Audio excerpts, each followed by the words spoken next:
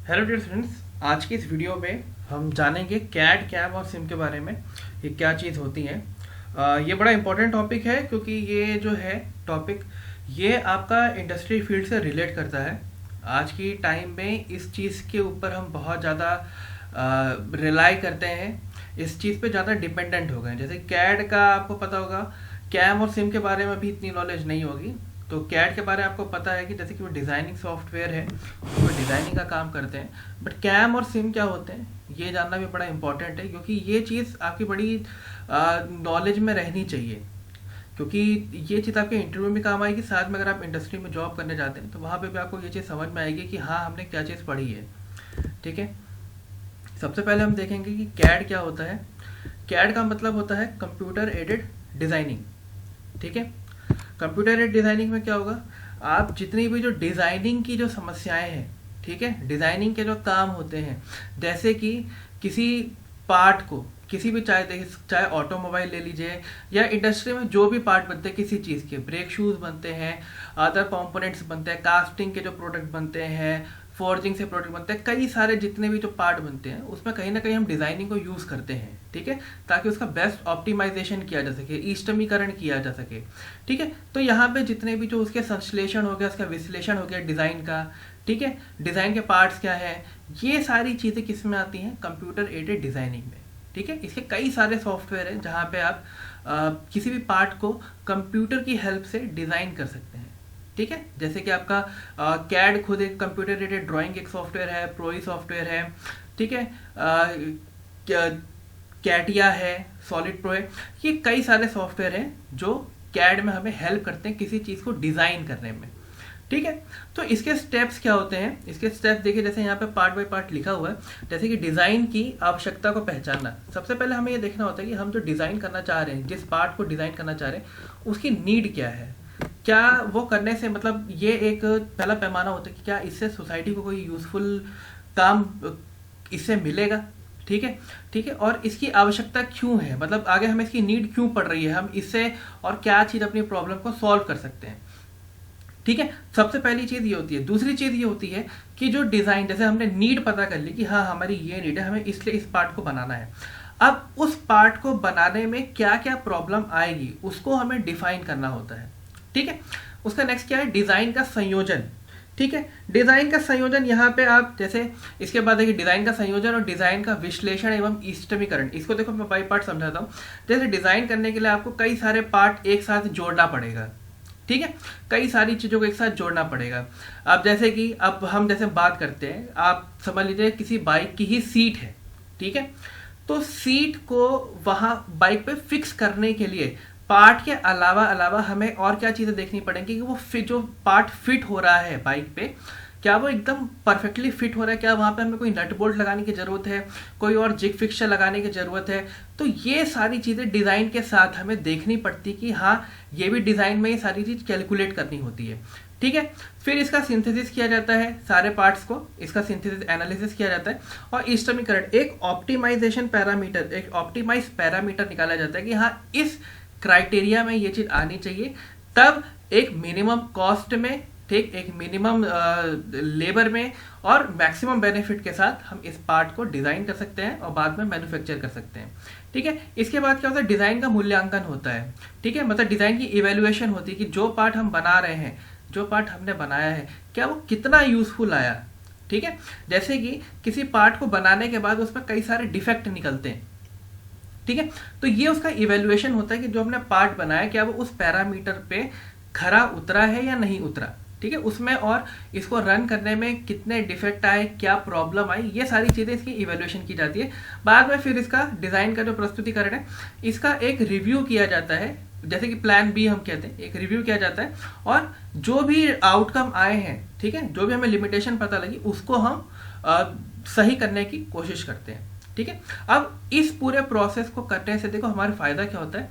एक तो जितना जो मैकेनिज्म, जितना जो प्रोडक्शन है, उसकी जो दर है, उसका जो रेट है वो बढ़ जाता है। ठीक है, डिज़ाइन जो है यथार्थ एवं परिष्कृत हो जाता है और डिज़ाइन में अगर कोई बदलाव करना है तो वो बड़ी आसानी से हो जाता है। देखो जो भी मैनुअल जो हम करते हैं वहाँ पे क्या होता है, अगर कंप्यूटर का यूज़ नहीं कर रहे हैं तो एक बार जो चीज़ हमने कर ली तो उसको फिर बदलने में या उसको रीप्रोग्राम करने में बड़ी दिक्कत आती है। ठीक है। तो इस चीज़ को सॉल्व किया किसने? कंप्यूटर ने। तो कंप्यूटर एडेड से जो भी डिज़ाइनिंग होती है उसे हम कंप्यूटर एडेड डिज़ाइन कहते हैं, और उसकी समस्याओं को सुलझाने को भी हम कैड कहते हैं। देखो इंडस्ट्री में जैसे भी आप जाओगे तो वहाँ पे क्या होता है, सबसे पहले आता है डिज़ाइनिंग का प्रोसेस, ठीक है। डिज़ाइनिंग को जब आपने पार कर लिया है तो उस डिज़ाइन को सिमुलेट किया जाता है, ठीक है, ताकि उसको वर्चुअल वर्ल्ड में यूज करके देखा जाता है सारे पैरामीटर्स पे क्या वो सही बैठ रहा है। अगर वो वहां से भी पास हो जाता है तब वो जाता है किसमें? नेक्स्ट फेज में, यानी कि कंप्यूटर एडेड मैन्युफैक्चरिंग में। अब यहाँ पे क्या होता है कि आपने डिजाइनिंग के बाद का पार्ट है ये कैम, ठीक है। तो कंप्यूटर द्वारा निर्माण तकनीकों तथा उसकी समस्याओं को सुलझाने की प्रक्रिया को कैम कहते हैं, यानी कि कंप्यूटर एडेड मैन्युफैक्चरिंग कहते हैं। अब कंप्यूटर एडेड मैन्युफैक्चरिंग में देखो क्या क्या चीज आती है, जैसे जो हम निर्माण तकनीक है उसके साथ साथ उत्पादन आ गया, यानी कि प्रोडक्शन आ गया, प्लानिंग आ गया, मैनेजमेंट आ गया, ठीक है। ये सारी कंट्रोलिंग जो होती है, तो अब हम इसको दो पार्ट में डिवाइड करते हैं। एक है आपका प्रोडक्शन प्लानिंग, ठीक है, यानी कि उत्पादन नियोजन, और प्रोडक्शन कंट्रोल यानी कि उत्पादन नियंत्रण। ये दो चीजें बड़ी इंपॉर्टेंट होती हैं और इन्हीं दो पार्ट से मिलकर बनता है कैम, ठीक है। तो कैम में सबसे पहले देखते हैं प्रोडक्शन प्लानिंग क्या है। कॉस्ट एस्टिमेशन, पहला है कॉस्ट एस्टिमेशन, यानी कि प्रोडक्शन प्लानिंग में हम सबसे पहले कॉस्ट एस्टिमेशन करते हैं। कॉस्ट एस्टिमेशन में क्या क्या चीज आती है, जैसे जो आपका लेबर लग रहा है उसकी कितनी कॉस्ट आएगी, जो आप मशीन यूज कर रहे हैं उसकी कितनी कॉस्ट आ रही है, ठीक है, प्रचालन की कितनी लागत आ रही है, और जितने भी जो बाकी लागत होती है वो सारी चीजें कॉस्ट एस्टिमेशन में आती हैं कि हाँ एक प्रोडक्ट बनाने में, मैन्युफैक्चर करने में आखिर हमारी कितनी कॉस्ट आ रही है टोटल, ठीक है। नेक्स्ट है आपका कंप्यूटर एडेड प्रोसेस प्लानिंग, जैसे हम कैप भी कहते हैं, CAPP, ठीक है। इसमें क्या होता है कि जो भी हम प्लानिंग कर रहे हैं उसकी एक रूट शीट तैयार की जाती है कि जैसे कि जो कोई पार्ट है जिसको हमें बनाना है वो पहले किस मशीन पे जाएगा, ठीक है, वहां से प्रोसेस होने के बाद किस मशीन पे जाएगा, उसको कितना टाइम लगने वाला है, ये सारी चीजें आती हैं। नेक्स्ट देखिए उसी में चीज आ रही है calculation of machining data. Calculation of machining data में क्या होता है, यहाँ पे जो आपके जो टूल है, ठीक है, जैसे कि लेथ पे ही आप किसी चीज को मशीन कर रहे हैं तो उसकी जो टूल की जैसे कि स्पीड कितनी है, मशीन की स्पीड कितनी है, ठीक है, ये सारी चीजें हम कंप्यूटर की हेल्प से करते हैं, ठीक है। मशीन को फीड कितना दिया, टूल को फीड कितना दिया गया, ठीक है, ये सारी चीजें आपकी जो हम मशीनिंग डेटा को कैलकुलेट करते हैं कंप्यूटर की हेल्प से उसमें आता है, ठीक है। नेक्स्ट आपको पता ही NC पार्ट प्रोग्रामिंग मैंने आपको पहले ही पढ़ा है। पार्ट प्रोग्रामिंग का मतलब है कि जो हम डिजाइन करने वाले उसकी मैन्युफैक्चरिंग के लिए हमने कोडिंग कैसे की है, ठीक है, उसको किस पार्ट पे काटना है, कहाँ पे मिलिंग यूज करनी है, कहाँ पे ड्रिलिंग यूज करनी है, ये सारी हम पार्ट प्रोग्रामिंग की मदद से कर सकते हैं। नेक्स्ट है आपका कंप्यूटर एडेड लाइन बैलेंस, ठीक है। इसमें क्या होता है, हर स्टेशन को जैसे कि क्या है, किसी पार्ट को बनाने के लिए आपको पहले लेथ में जाना है, फिर मिलिंग में जाना है, फिर ड्रिलिंग जाना है। तो हम क्या करते हैं, सारी मशीनों को, मतलब लेथ की एक पूरी स्टेशन बना दिया हमने, वहां पे सारी लेथ की मशीन रहेगी। एक स्टेशन हमने बना दिया वहां पे मिलिंग की ही सारी मशीन रहेगी, वहां पे मिलिंग का ही काम होगा। एक स्टेशन हमने बना दिया ड्रिलिंग का, वहां पे ड्रिलिंग का सारा काम हो रहा है। एक स्टेशन हमने बना दिया बोरिंग का, वहां पे बोरिंग का सारा काम हो रहा है। मतलब हमने हर प्रोसेस को, हर पार्ट को एक वर्क स्टेशन में डिवाइड कर दिया कि वहां पे ये काम होगा, ठीक है। अब जैसे हम एक एक मशीन रख के काम करेंगे तो जो नेक्स्ट बैच आने वाला है वहां पे टाइम लैग बढ़ जाएगा, इस वजह से हम वर्क स्टेशन को लेके चलते हैं। नेक्स्ट है आपका प्रोडक्शन एंड इन्वेंटरी प्लानिंग, ठीक है। जैसे कि आप किसी पार्ट को भी डिजाइन करने वाले हैं तो उस पार्ट को डिजाइन करने के लिए हमें मटेरियल चाहिए, ठीक है। अब वो मटेरियल क्या कहते हैं, कितना चाहिए हमें, ठीक है, क्या पता हम बहुत ज्यादा ले आए उस मटेरियल को, ठीक है। तो उस जो इन्वेंट्री हमारी आ रही है उसको कंट्रोल करने के लिए हमें ये चीजें चाहिए होती है, हमें इसकी प्लानिंग करनी पड़ती है, ठीक है। हमें कितना प्रोडक्ट बनाना है, किस बेसिस पे बनाना है, ठीक है, कितनी इन्वेंट्री चाहिए, अगर ज्यादा आ गई तो हम उसको कहाँ रखेंगे, कम आई तो हम कहाँ से उसे मंगाएंगे, ये सारी चीजें प्रोडक्शन एंड इन्वेंट्री प्लानिंग में आती है। अब नेक्स्ट बात करते हैं प्रोडक्शन कंट्रोल की। सबसे पहला है computer process control. Computer process control में असेंबली के जो सिस्टम होते हैं, ठीक है, और कंप्यूटेशनल कंट्रोल होते हैं, रोबोट आ गया यहाँ पे आपका, ठीक है, जो मटेरियल है उसका ट्रांसफर कैसे होना है, ये सारी चीजें आपकी कंप्यूटर प्रोसेस कंट्रोल में आती है। नेक्स्ट है आपका क्वालिटी कंट्रोल। क्वालिटी चेकिंग होती है कि ये जो आपने प्रोडक्ट बनाया है इसकी चेकिंग कैसे की जाए, क्या ये प्रोडक्ट मार्केट में उतरेगा तो उसकी क्वालिटी अच्छी होगी या नहीं होगी, तो वो सैम्पलिंग की जाती है, कंप्यूटर के द्वारा भी की जा सकती है, ये चीज प्रोडक्शन कंट्रोल में आती है। नेक्स्ट है आपका शॉप फ्लोर कंट्रोल, ठीक है। इसमें क्या होता है, जो प्रोडक्शन की रेट है, जो काम चल रहा है उसकी स्पीड कितनी है, वो चीज हम देखते हैं। शॉप फ्लोर पे ही सारा काम होता है, ठीक है, शॉप फ्लोर पे ही सारा काम होता है। तो उस चीज की स्पीड कभी भी कम नहीं पड़नी चाहिए, उसको हम कंट्रोल करके हमेशा रखते हैं। तो ये चीज देखो प्रोडक्शन प्लानिंग और प्रोडक्शन कंट्रोल में आती है। तो हमने यहाँ पे देखा, सबसे पहले हमने देखा कैड में जो डिजाइनिंग होती है उसका पूरा प्रोसेस देखा, साथ में हमने देखा कि कैम में क्या क्या चीज आती है, production planning and production control. अब बात आती है CIM यानी कि कंप्यूटर इंटीग्रेटेड मैन्युफैक्चरिंग की। ठीक है, इसको हम कंप्यूटर एकीकृत विनिर्माण भी कहते हैं, यानी कि देखो हम यहाँ पे इंटीग्रेट कर रहे हैं, किसी चीज को फैला रहे हैं। ठीक है, तो देखो सबसे पहले यहाँ पे देखो, जैसे हम एक डेफिनेशन देखते हैं, कंप्यूटर द्वारा उत्पादन की समस्याओं, जैसे कि क्या क्या चीजें आती है। देखो सबसे पहले आया डिजाइन संबंधी, यानी कि यहाँ पे कैड आ गया।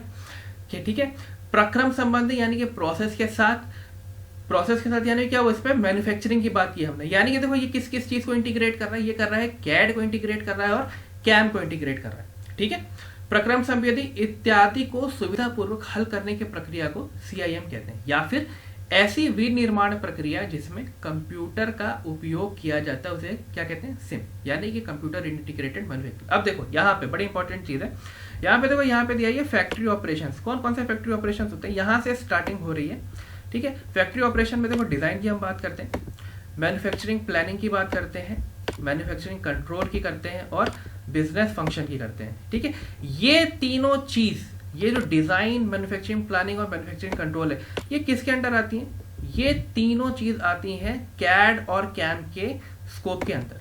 मतलब ये पूरा कैड कैम के अंदर, देखो डिजाइन की बात की हमने, मैन्युफैक्चरिंग की बात की, प्लानिंग की बात की, कंट्रोल की बात की, ये सारी चीजें कैड और कैम में कंक्लूड हो गई। नेक्स्ट क्या बचा, नेक्स्ट बचा बिजनेस फंक्शन, यानी कि उसको मार्केट में कैसे उतारा जाए। ठीक है, तो ये स्कोप देखो, इन तीनों के साथ अगर ये चीज जोड़ दी जाती है तो ये पूरा किसके अंदर आ जाता है, SIM के अंदर, यानी कि CIM के अंदर, कंप्यूटर इंटीग्रेटेड मैन्युफैक्चरिंग के ये अंदर आ जाता है। अब इसको जरा डिटेल में जानते हैं क्या चीज होती है। देखो यहाँ पे सबसे पहले हमने दिया यहाँ पे डिजाइन की बात की, यहाँ पे जो डिजाइन किसमें हो रहा है, कैड में।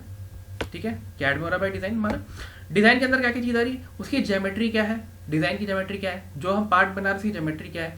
ठीक है, उसकी इंजीनियरिंग एनालिसिस किस में आती है, कैड में आती है। ठीक है, डिजाइन रिव्यू हो गया, उसका इवेल्युएशन हो गया, ऑटोमेटेड ड्राइंग जो जनरेट करते हैं हम, ये सारी चीजें किस में आती हैं, डिजाइन में, और ये किसके थ्रू होता है, कैड के थ्रू होता है। ठीक है, अब बात करेंगे मैन्युफैक्चरिंग प्लानिंग की, तो देखो यहाँ पे मैंने पहले आपको बताया कॉस्ट एस्टिमेशन, ठीक है, computer aided process planning, NC part programming, computerize work standard capacity planning, ये सारी चीजें, computer line balancing, NC part programming. ठीक है, ये सारी चीजें किस में आती हैं, कैम में, यानी कि मैन्युफैक्चरिंग प्लानिंग में। अब इसी के साथ दूसरी चीज क्या जुड़ी होती है, मैन्युफैक्चरिंग कंट्रोल। मैन्युफैक्चरिंग कंट्रोल में क्या क्या आता है, प्रोसेस कंट्रोल, ठीक है, process monitoring, shop floor control, computer aided inspection, ये सारी चीजें क्या किसमें आती है, मैन्युफैक्चरिंग कंट्रोल में। ठीक है, ये भी किसके थ्रू होता है, कैम के थ्रू होता है। कैम के दो पार्ट थे, प्रोडक्शन प्लानिंग और प्रोडक्शन कंट्रोल।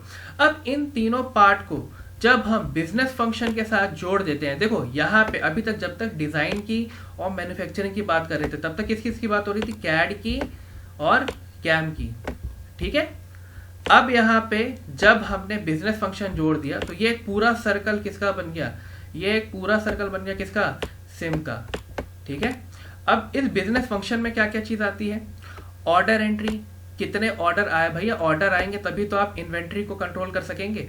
ठीक है, अकाउंटिंग, अकाउंट का पूरा ध्यान रखा जाता है वहां पे, पेरोल का ध्यान रखा जाता है, कस्टमर की जो बिलिंग होती है, ठीक है, वो चीज ध्यान रखी जाती है, कंप्यूटराइज बिजनेस सिस्टम, ये सारी चीजें कंप्यूटराइज बिजनेस सिस्टम के अंदर आती हैं। ठीक है, यानी कि आपने डिजाइनिंग और मैन्युफैक्चरिंग को, आपका जब प्रोडक्ट तैयार हो गया तो उसको मार्केट में लाने की जो स्ट्रेटजी होती है, ठीक है, उसके बाद ये पूरा कॉमर्स का काम शुरू होता है यहाँ पे। ठीक है, तो इन सारी चीजों को मिला के जो हमारा बनता है उसे हम कहते हैं कंप्यूटर इंटीग्रेटेड मैन्युफैक्चरिंग। तो आई होप आपको ये तीनों चीज समझ में आई होगी क्या होती है कैड, कैम और सिम। अगर आपको बहुत ही ब्रीफ, मतलब बहुत ही ज्यादा डिटेल में पढ़ना नहीं है तो आपको क्या क्या चीजें ध्यान रखनी है, आपको एक तो यहाँ पे इसके स्टेप्स ध्यान रखने हैं। ठीक है, कैड के क्या क्या प्रोसेस में स्टेप आते हैं, साथ में उसके बाद आपको ध्यान रखना है कि कैम में क्या क्या चीज आती है। कैम में देखो दो चीजें बड़ी इंपॉर्टेंट है, production planning and production control. ठीक है, ये बड़ी इंपॉर्टेंट चीज है। अब इसमें एक चीज छूट गई थी, वो क्या है, वो है कि कैम के एडवांटेज क्या है। ठीक है। तो देखो जो उत्पादन समय में जो ह्रास होता है यानी कि डेप्रिसिएशन आता है उत्पादन समय में, ठीक है, मतलब उत्पादन जो प्रोडक्शन की टाइमिंग है वो ज्यादा बढ़ जाती है, तो उसको कंट्रोल करता है कौन, कैम कंट्रोल करता है। ठीक है, जो मशीन का जो यूज करता है हमें वो ज्यादा से ज्यादा ऑप्टिमाइज तरीके से कैसे यूज किया जाए वो कैम के थ्रू होता है। ठीक है, और इसमें लाइफ स्टैंडर्ड भी बढ़ जाता है। ठीक है, इतनी ज्यादा मतलब लेबर काम करनी नहीं पड़ती है, अगर सारी चीज सिस्टमेटिक है तो काम बड़ी आसानी से हो जाता है। ठीक है, दूसरा लेबर में भी कमी आती है, आपको उतने फिर क्या कहते हैं मतलब बहुत ही टैलेंटेड लेबर हमें जरूरत नहीं पड़ती उस टाइम पे फिर।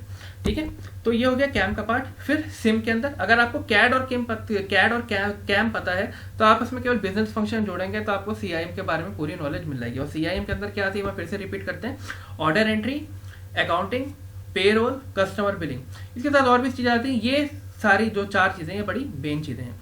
ठीक है, तो आज के इस वीडियो में इतना ही। आज हमने जाना कैड, कैम और सिम के बारे में। नेक्स्ट वीडियो में हम सीएनसी का ही एक नया टॉपिक लेके आएंगे। तो आज के इसकी वीडियो कितना ही, थैंक यू वेरी मच।